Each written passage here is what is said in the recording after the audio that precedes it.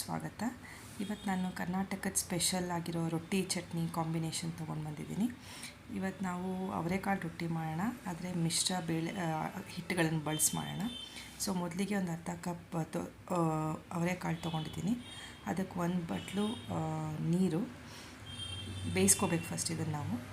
ಆಮೇಲೆ ಇದಕ್ಕೆ ಒಂದು ದೊಡ್ಡ ಸ್ಪೂನಷ್ಟು ಜೀರಿಗೆ, ಆಮೇಲೆ ಒಂದು ಚಿಟಿಕೆ ಹಿಂಗೆ ಹಾಕ್ತಾಯಿದ್ದೀನಿ. ಅವರೆಕಾಳು ರೊಟ್ಟಿದು ಅದೇ ಸ್ಪೆಷಾಲಿಟಿ, ಹಿಂಗೆ ಹಾಕಿ ಮಾಡಿದ್ರೆ ಚೆನ್ನಾಗಿರುತ್ತೆ, ಇದು ಒಳ್ಳೆ ರುಚಿ ಬರುತ್ತೆ. ಅದಾದಮೇಲೆ ಒಂದು ಮಿಳ್ಳೆ ಎಣ್ಣೆ, ಇದು ಕಾಳು ಚೆನ್ನಾಗಿ ಬೇಯಲಿ ಅಂತ. ಆಮೇಲೆ ಒಂದು ಸ್ವಲ್ಪ ಉಪ್ಪು, ಒಂದು ಕಾಲು ಚಮಚದಷ್ಟು ಉಪ್ಪು. ಇದು ಕಾಳು ಬೇಯಕ್ಕೆ ಎಷ್ಟು ಬೇಕೋ ಅಷ್ಟು ಮಾತ್ರ ಹಾಕಿದ್ದೀನಿ. ಆಮೇಲೆ ಹಿಟ್ಟು ಕಲಿಸ್ಬೇಕಾದ್ರೆ ಮತ್ತೆ ಹಾಕ್ತಾಯಿದ್ದೀನಿ. ಇದಿಷ್ಟು ಆದಮೇಲೆ ಇವಾಗ ಕುಕ್ಕರ್ ಕೂಗಿಸ್ಕೋಬೇಕು, ಒಂದು 3 ವಿಸಿಲ್ ಆಗುವಷ್ಟು. ಇವತ್ತು ನಾನು ರೊಟ್ಟಿನ 3 ಹಿಟ್ಟು ಬಳಸಿ ಮಾಡ್ತಾಯಿದ್ದೀನಿ. ಅಕ್ಕಿ ಹಿಟ್ಟು, ರಾಗಿ ಹಿಟ್ಟು ಮತ್ತು ಜೋಳದ ಹಿಟ್ಟು.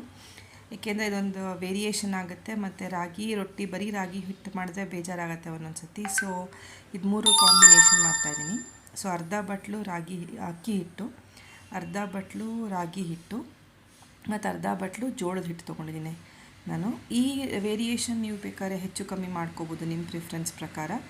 ಆಮೇಲೆ ಇನ್ನೊಂದು ವಿಷಯ ಅಂದರೆ ಈ ಕಾಳು ಅಷ್ಟೇ, ನಾನು ಈಗ ಅರ್ಧ ಬಟ್ಲು ತೊಗೊಂಡಿದ್ದೀನಿ. ಇಷ್ಟ ಆದರೆ ಸ್ವಲ್ಪ ಜಾಸ್ತಿನೂ ಹಾಕ್ಕೋಬೋದು ಅವರೆಕಾಳನ್ನ, ಆವಾಗ ಇನ್ನೂ ಜಾಸ್ತಿ ಕಾಳಿರುತ್ತೆ ರೊಟ್ಟಿನಲ್ಲಿ. ಕೆಲವ್ರಿಗೆ ಆ ಥರ ಇಷ್ಟಪಡ್ತಾರೆ.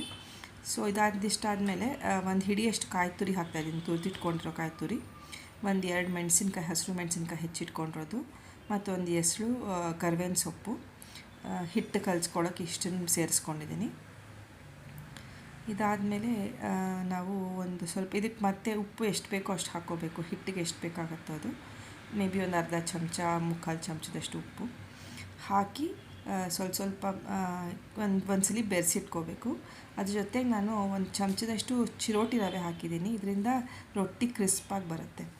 ಇವಾಗ ಕುಕ್ಕರ್ ಪ್ರೆಷರ್ ಇಳಿದಿದೆ. ಸೊ ಈಗ ಬೇಯ್ದಿರೋ ಕಾಳು ಈ ಹಿಟ್ಟಿಗೆ ಬೆರೆಸ್ಬೇಕು. ಸೊ ನೀವು ನೀರು ಅಕಸ್ಮಾತ್ ಜಾಸ್ತಿ ಹಾಕಿದರೆ ಫಸ್ಟ್ ಕಾಳು ಹಾಕ್ಕೊಂಡು ಆಮೇಲೆ ಎಷ್ಟು ಬೇಕೋ ಅಷ್ಟು ನೀರು ಹಾಕ್ಕೊಳ್ಳಿ. ನಂದು ಸರಿ ಇದೆ, ಸೊ ನಾನು ಅದನ್ನು ಡೈರೆಕ್ಟಾಗಿ ಬೆರೆಸ್ತಾ ಇದ್ದೀನಿ ಹಿಟ್ಟಿಗೆ. ಈಗ ಉಪ್ಪು ಸೇರಿಸಿ ಇವಾಗ ರೊಟ್ಟಿ ಹಿಟ್ಟಿಗೆ ಎಷ್ಟು ಬೇಕೋ ಅಷ್ಟು, ಮತ್ತು ಒಂದು ತುಂಬ ಒತ್ತಿ ಕಲಿಸ್ಬೇಕಾಗಿಲ್ಲ, ಹಗುರವಾಗಿ ಕಲಿಸ್ಕೊಂಡು ಎಲ್ಲ ಒಟ್ಟುಗೂಡೋ ಅಷ್ಟು ಎಷ್ಟು ನೀರು ಬೇಕಾಗುತ್ತೋ ಅಷ್ಟು ಹಾಕ್ಕೋತಾ ಕಲಿಸ್ಕೊಂಡು ಒಂದು ಉಂಡೆ ಮಾಡಿಟ್ಕೋಬೇಕಾಗತ್ತೆ. ನಾವು ಒಂದೇ ಚಪಾತಿ ಹಿಟ್ಟು ಕಲಿಸ್ತೀವಲ್ಲ, ಅಷ್ಟೊಂದು ಪ್ರೆಷರ್ ಹಾಕಿ ಕಲಿಸ್ಬೇಕಾಗಿಲ್ಲ. ಸುಮ್ಮನೆ ಒಟ್ಟುಗೂಡಿಸ್ಕೋತಾ ಬಂದರೆ ಸಾಕು ಈ ಹಿಟ್ಟನ್ನ.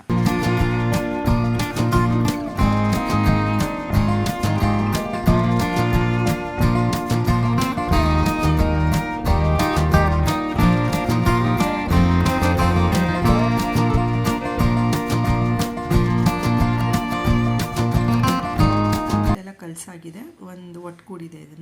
ಇದನ್ನು ಮುಚ್ಚಿ ಒಂದು ಅರ್ಧ ಗಂಟೆ ಮುಚ್ಚಿಟ್ಬಿಟ್ರೆ ಒಳ್ಳೆಯದು, ರೊಟ್ಟಿ ಚೆನ್ನಾಗಾಗುತ್ತೆ ಅವಾಗ. ಸೊ ಇದನ್ನು ರೆಸ್ಟ್ ಮಾಡೋಕ್ಕೆ ಒಂದು ಅರ್ಧ ಗಂಟೆ ಬಿಟ್ಬಿಡೋಣ. ಇವತ್ತು ನಾನು ಈರುಳ್ಳಿ ಆದಮೇಲೆ ನಾವು ಚಟ್ನಿ ರೆಡಿ ಮಾಡ್ಕೊಳ್ಳೋಣ. ಸೊ ಇಂಗ್ರೀಡಿಯೆಂಟ್ಸ್ ಇಲ್ಲಿ ಸ್ಕ್ರೀನಲ್ಲಿದೆ, ಏನೇನು ಬೇಕಾಗತ್ತೆ ಅಂತ. ಚಟ್ನಿ ಹುರ್ಕೋಬೇಕು. ಅದಕ್ಕೆ ಒಂದು 2 ಚಮಚದಷ್ಟು ಎಣ್ಣೆ, ಆಮೇಲೆ ಅರ್ಧ ಚಿಕ್ಕ ಚಮಚದಷ್ಟು ಮೆಂತ್ಯ ಮತ್ತು ಈರುಳ್ಳಿ ಕಾಂಬಿನೇಷನ್ ತುಂಬ ಚೆನ್ನಾಗಿರುತ್ತೆ. ಸೊ ಇದು ಮಿಸ್ ಮಾಡಬಾರ್ದು ರೆಸಿಪಿಲಿ. ಮೆಂತ್ಯ ಸ್ವಲ್ಪ ಕೆಂಪಗಾದ ತಕ್ಷಣ ಈರುಳ್ಳಿ ದಪ್ಪಕ್ಕೆ ಹೆಚ್ಚಿಟ್ಕೊಂಡಿದ್ವಲ್ಲ, ನಾನು ಒಂದು 2 ಮೀಡಿಯಮ್ ಸೈಜ್ ಈರುಳ್ಳಿ ತೊಗೋತಿದ್ದೀನಿ. ಅದನ್ನು ಇದು ಕೆಂಪು ಹಿಂಗೆ ಸ್ವಲ್ಪ ಒಳ್ಳೆ ವಾಸನೆ ಬರುತ್ತೆ ಹುರಿದಾಗ. ಆಮೇಲೆ ಈರುಳ್ಳಿ ಹಾಕ್ಕೊಂಡು, ಈರುಳ್ಳಿನೂ ಒಂದು ಸ್ವಲ್ಪ ಕಂದು ಬಣ್ಣ ಬರಬೇಕು, ತುಂಬ ಪೂರ್ತಿ ಹುರ್ಕೊಳ್ಳೋದು ಬೇಕಾಗಿಲ್ಲ. ಇದೆಲ್ಲ ಬಿಟ್ಕೊಡುತ್ತೆ ಈರುಳ್ಳಿ ಪೆಟಲ್ಸ್ ಥರದ್ದೆಲ್ಲ. ಅಲ್ಲಿ ತನಕ ಅದನ್ನು ಬಾಡಿಸ್ಕೊಂಡು ನೋಡಿ, ಹೀಗೆ ಸ್ವಲ್ಪ ಕಲರ್ ಚೇಂಜ್ ಆಗುತ್ತೆ. ಇಷ್ಟಾದರೆ ಸಾಕು. ಇವಾಗ ನೋಡ್ತಿದ್ದೀರಲ್ಲ ಸ್ಕ್ರೀನ್ ಮೇಲೆ, ಅಷ್ಟಾದರೆ ಸಾಕು. ಆಮೇಲೆ ನಾವು ತೆಗೆದಿಟ್ಕೊಂಡಿದ್ದು ಹಸಿರು ಮೆಣಸಿನ್ಕಾಯಿ ಮತ್ತು ಒಂದು ಸ್ವಲ್ಪ ಕೊತ್ತಂಬರಿ ಸೊಪ್ಪು. ಸೊ ಈರುಳ್ಳಿ ಚಟ್ನಿ ಕೊತ್ತಂಬರಿ ಸೊಪ್ಪು ಒಳ್ಳೆ ಕಾಂಬಿನೇಷನ್. ಮತ್ತು ಇಷ್ಟಾದ ತಕ್ಷಣ ಒಲೆ ಆರಿಸ್ಕೊಂಬಿಡ್ಬೋದು. ಒಲೆ ಆರಿಸಿದ್ಮೇಲೆ ಇವಾಗ ಹುರ್ಗಡ್ಲೆ ಸುಮ್ಮನೆ ಬಿಸಿ ತಟ್ಟಿದ್ರೆ ಸಾಕು ಒಲೆದು.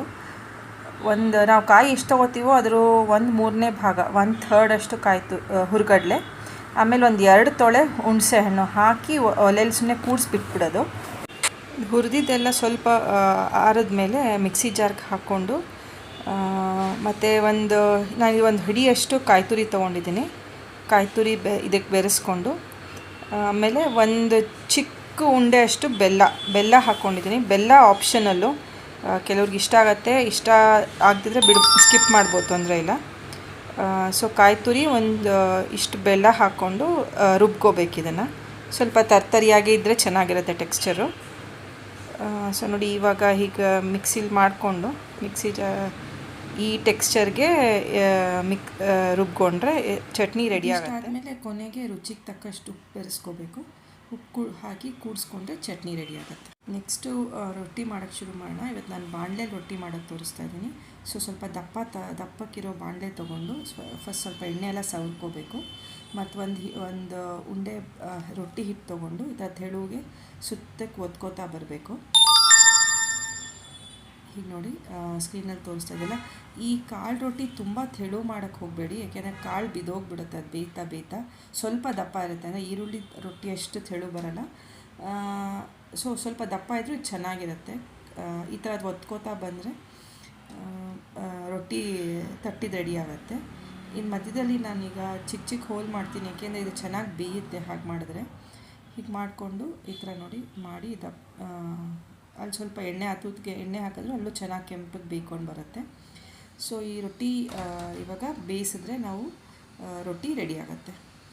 ಸೊ ವಿಡಿಯೋ ಇಷ್ಟೋ ತನಕ ನೋಡಿದ್ದಕ್ಕೆ ತಮಗೆಲ್ಲರಿಗೂ ತುಂಬ ಧನ್ಯವಾದ. ತಮ್ಮ ಸಮಯಕ್ಕೆ ಮತ್ತೊಮ್ಮೆ ಧನ್ಯವಾದಗಳು.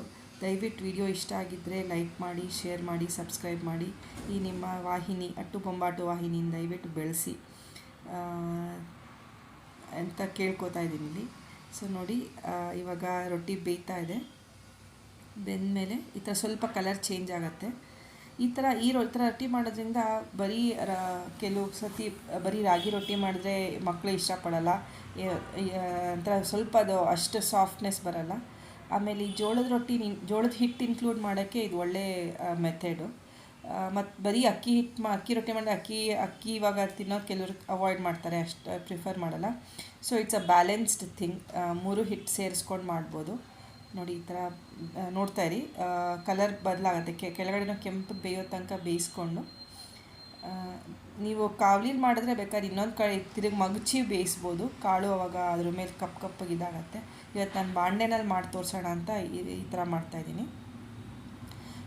ಈ ರೊಟ್ಟಿನೂ ಸಾಕಷ್ಟು ಕ್ರಿಸ್ಪಿ ಆಗುತ್ತೆ, ಏಕೆ ನಾವು ರವೆ ಹಾಕಿದ್ವಲ್ಲ, ರವೆ ಹಾಕೋದ್ರಿಂದ ಒಳ್ಳೆ ಕ್ರಿಸ್ಪಿನೆಸ್ ಬರುತ್ತೆ ರೊಟ್ಟಿನಲ್ಲಿ. ಬೇಕಾದಾಗ ಇನ್ನೊಂದು ಟಿಪ್ಪು ಏನಂದರೆ, ರೊಟ್ಟಿನ ಯಾವಾಗಲೂ ಮಧ್ಯದಲ್ಲಿ ಸ್ವಲ್ಪ ದಪ್ಪ ಮಾಡಬೇಕು, ಎಡ್ಜಿಗೆ ಬರ್ತಾ ತೆಳು ಮಾಡಬೇಕು. ಏಕೆಂದರೆ ಮಧ್ಯದಲ್ಲಿ ಬಿಸಿ ತಟ್ಟುತ್ತಲ್ವ. ಸೊ ಒಂದೇ ಥಿಕ್ನೆಸ್ ಮಾಡಿಬಿಟ್ರೆ ನಾವು ಮಧ್ಯದಲ್ಲಿ ಸೀಕೊಂಡು ಬರುತ್ತೆ, ಸುತ್ತ ಬೇಯಲ್ಲ. ಸೊ ಮಧ್ಯದಲ್ಲಿ ಸ್ವಲ್ಪ ದಪ್ಪ ಇಟ್ಟು ಎಡ್ಜ್ ಕೊನೆಯ ತೆಳು ಮಾಡಿದ್ರೆ ರೊಟ್ಟಿ ತುಂಬ ಚೆನ್ನಾಗಿ ಒಂದೇ ಸಮ ಬೆಂದು ಚೆನ್ನಾಗಿ ಕ್ರಿಸ್ಪಿಯಾಗಿ ಬರುತ್ತೆ. ಆಮೇಲೆ ಇನ್ನೊಂದು, ನಾನು ಇವಾಗ ಅರ್ಧ ಬಟ್ಲು ಕಾಳು ತೊಗೊಂಡಿದ್ದೆ. ನಿಮಗೆ ಇಷ್ಟ ಆದರೆ ಬೇಕಾದ್ರೆ ಅದನ್ನು ಇನ್ಕ್ರೀಸ್ ಮಾಡಿ 1 ಬಟ್ಲು ತನಕನೂ ಕಾಳು ಹಾಕ್ಕೋಬೋದು, ಚೆನ್ನಾಗಿರುತ್ತೆ. ನೋಡಿ, ರೊಟ್ಟಿ ರೆಡಿಯಾಗಿದೆ. ಈಗ ನಮ್ಮ ಮಿಶ್ರ ಹಿಟ್ಟುಗಳ ರೊಟ್ಟಿ ಈರುಳ್ಳಿ ಚಟ್ನಿ ಸವಿಯಲು ಸಿದ್ಧ. ತಮ್ಮೆಲ್ಲರ ಸಮಯಕ್ಕೆ ಮತ್ತೊಮ್ಮೆ ಧನ್ಯವಾದಗಳು.